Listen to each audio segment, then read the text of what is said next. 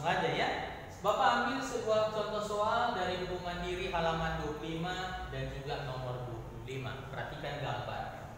Di gambar ini Bapak buat ada sebuah batang homogen disandarkan pada sebuah dinding di mana nanti lantainya kasar, dindingnya licin.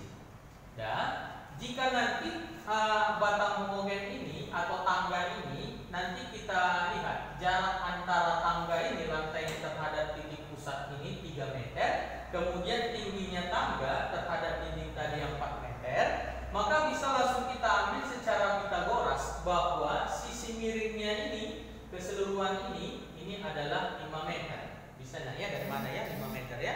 Dengan Pitagoras ya. Akar dari 4 kuadrat tambah 3 kuadrat. Oke?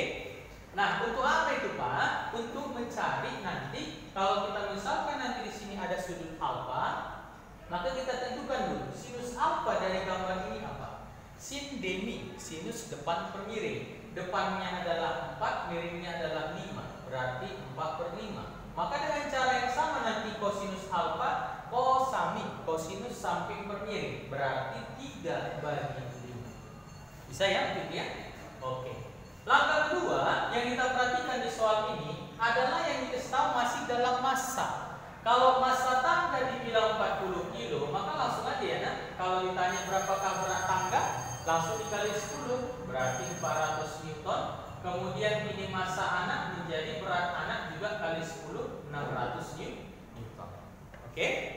Nah, sekarang kita menguraikan gambar. Ini yang perlu. Cara menguraikannya adalah langkah pertama kita lihat dulu batang ini, tangga ini. Kalau dibilang homogen, berarti titik pusatnya itu tepat berada di tengah.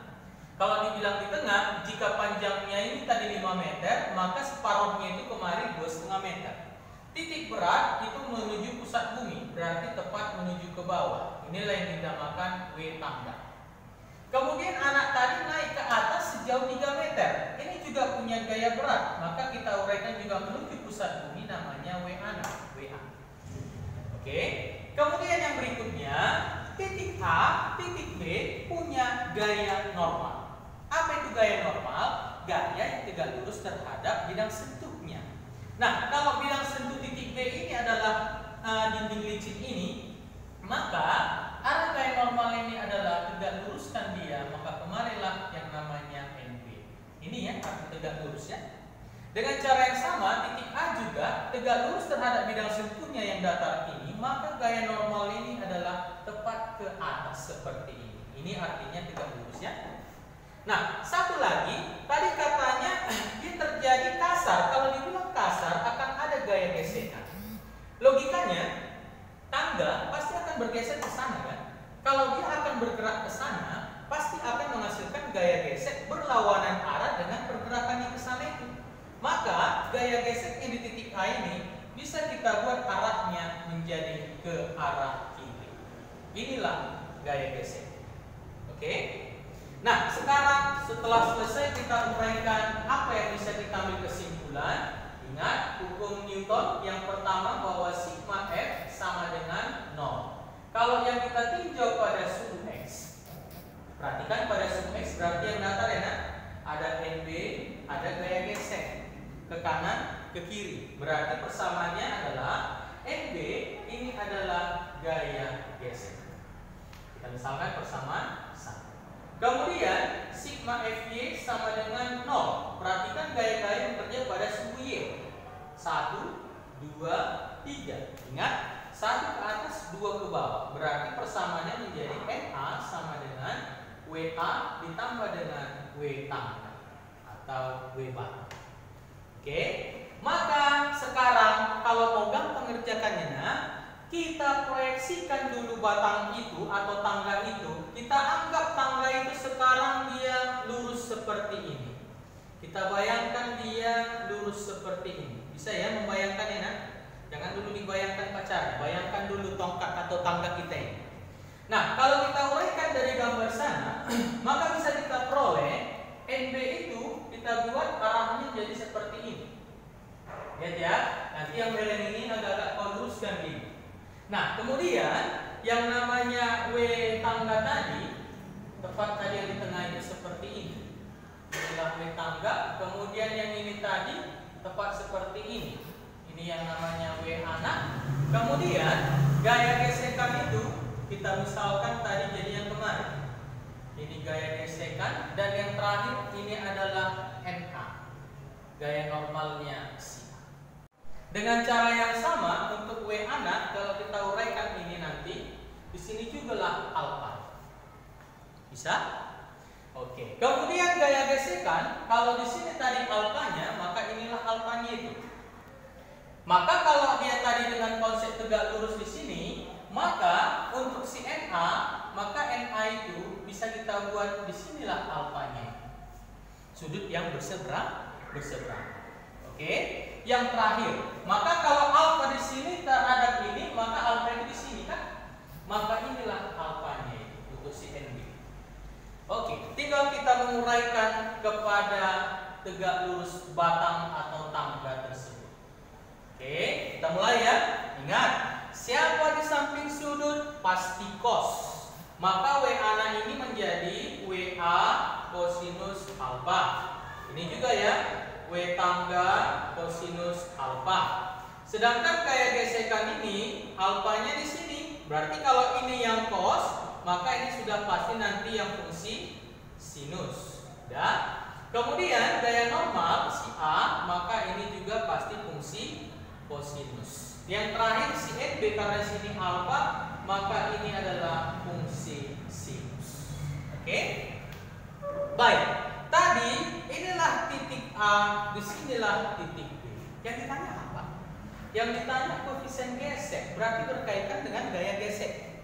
Yang mana ada gaya gesek? Di titik A. Kalau titik A yang menjadi sumber pertanyaan, di manalah kita nolkan letak sumbu putarnya? Poroskanlah di titik B.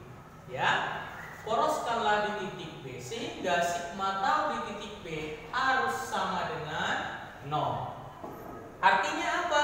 Berarti gaya yang di titik B tidak bekerja. NB sin alfa mati. Bisa?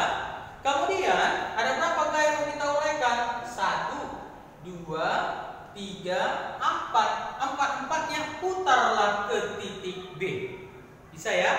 Lihat, titik B itu kan sebelah kiri mereka. Berarti WA cos alfa putar ke kiri. Ingat ya, yang sarah jarum jam gabungan gaya kemarin positif.